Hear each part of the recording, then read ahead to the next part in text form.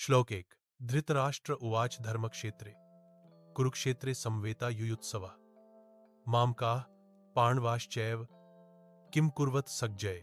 अर्थ, धृतराष्ट्र ने कहा, हे संजय, धर्मभूमि कुरुक्षेत्र में युद्ध की इच्छा से एकत्र हुए मेरे पुत्र और पांडु के पुत्र क्या कर रहे हैं। श्लोक 2। सज्जय उवाच दृष्ट्वा तु पाण्डवानीकं व्यूढ़ं दुर्योधनस्तदा आचार्यमुपसंगम्य राजा वचनम ब्रवीत। अर्थ, संजय बोले, हे राजन, पांडवों की सुसंगठित सेना को देखकर राजा दुर्योधन आचार्य द्रोण के पास गया और उनसे बोला। श्लोक 3। पश्येता पांडुपुत्राणाम आचार्य महतीं चमू व्यूढ़ा द्रुपद पुत्रेण तव शिष्येण धीमता। अर्थ, हे आचार्य, देखिए पांडुपुत्रों की इस विशाल सेना को, जिसे आपके ही बुद्धिमान शिष्य धृष्टद्युम्न ने सुसज्जित किया है।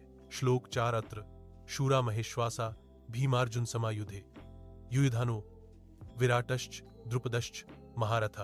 अर्थ, इस सेना में भीम और अर्जुन के समान बलवान धनुर्धर युयुधान, विराट और महारथी द्रुपद जैसे वीर हैं। श्लोक 5। धृष्टकेतुश्चेकितानः काशीराजश्च वीर्यवान पुरुजित कुंतिभोजश्च शैब्यश्च नरपुह गवः। अर्थ, धृष्टकेतु, चेकितान, पराक्रमी काशी नरेश, पुरुजित, कुंतिभोज और श्रेष्ठ योद्धा शैब्य भी हैं। श्लोक 6। युधामन्युश्च विक्रांत उत्तमौजाश्च वीर्यवान सौभद्रो द्रौपदेयाश सर्व एव महारथा। अर्थ, पराक्रमी युद्धामन्यु, बलवान उत्तमौजा, सुभद्रा का पुत्र अभिमन्यु और द्रौपदी के पुत्र सभी महान योद्धा हैं। श्लोक 7। अस्माकं तु विशिष्टा ये तान्यबोध द्विजोत्तम नायका मम सैन्यस्य संज्ञार्थम तान ब्रवीमिते। अर्थ, हे श्रेष्ठ ब्राह्मण, अब हमारी सेना के प्रमुख योद्धाओं को भी सुनिए ताकि आप हमारी शक्ति जान सकें। श्लोक 8। भवान भीष्मश्च कर्णश्च कृपश्च समितिज्जयः अश्वत्थामा विकर्णश्च सौमदत्तिस्तथैव च। अर्थ, आप स्वयं भीष्म पितामह, कर्ण, युद्ध विजेता कृपाचार्य, अश्वत्थामा, विकर्ण और सोमदत्त का पुत्र भी हैं। श्लोक 9। अन्ये च बहवः शूरा मदर्थे त्यक्त जीविताः नाना शस्त्र प्रहरणाः सर्वे युद्ध विशारदाः। अर्थ, मेरे लिए प्राण त्यागने को तत्पर अनेक अन्य वीर योद्धा भी हैं जो विभिन्न शस्त्रों में निपुण और युद्ध में दक्ष हैं। श्लोक 10। अपर्याप्तम तदस्माकं बलम भीष्माभिरक्षितम पर्याप्तं त्विदमेतेषां बलम भीमाभिरक्षितम।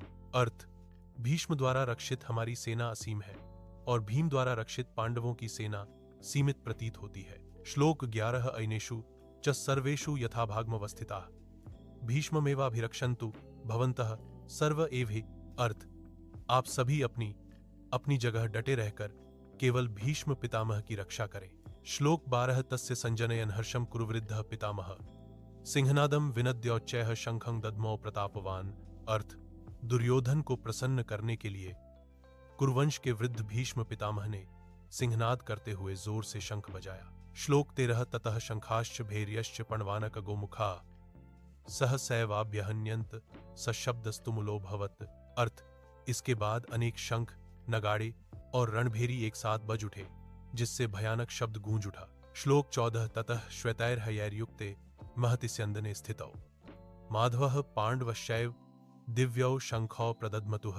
अर्थ, तब श्वेत घोड़ों से युक्त विशाल रथ पर बैठे श्री कृष्ण और अर्जुन ने अपने दिव्य शंख बजाए। श्लोक 15। पाग्जन्य हृषिकेशो देवदत्तम धनंजयः पौंड्रम दध्मौ महाशंखम भीम कर्मा वृकोदरः। अर्थ, श्री कृष्ण ने पाग्जन्य, अर्जुन ने देवदत्त और महाबली भीम ने पौंड्र नामक शंख बजाया।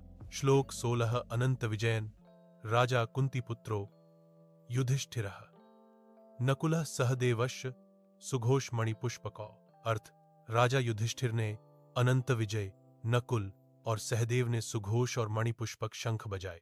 श्लोक 17। काश्यश्च परमेश्वासः शिखंडी च महारथः धृष्टद्युम्नो विराटश्च सात्यकिश्चापराजितः। अर्थ, श्रेष्ठ धनुर्धर काशी नरेश, महारथी शिखंडी, धृष्टद्युम्न, विराट और अपराजित सात्यकी भी। श्लोक 18। द्रुपदो द्रौपदयाश्च सर्वशः पृथ्वीपते सौभद्रश्च महाबाहुः शंखान्दधमुः पृथक। अर्थ, हे राजन, द्रुपद, द्रौपदी के पुत्र और महाबाहु अभिमन्यु ने अलग अलग शंख बजाए। श्लोक 19 सघोषो धार्तराष्ट्राणा हृदयानि व्यदारयत नभश्च पृथ्वी चैव तुमुलोभ्यनुनादयन। अर्थ, उस भयंकर नाद ने धृतराष्ट्र के पुत्रों के हृदय कंपा दिए और आकाश तथा पृथ्वी को गूंजा दिया। श्लोक 20 अथ व्यवस्थितान दृष्ट्वा धार्तराष्ट्रान कपिध्वजः प्रवृत्ते शस्त्र संपाते धनुरुद्यम्य पांडवः। अर्थ, तब युद्ध आरंभ होने ही वाला था। धृतराष्ट्र के पुत्रों को सामने देखकर कपिध्वज अर्जुन ने धनुष उठाया। जय श्री कृष्णा।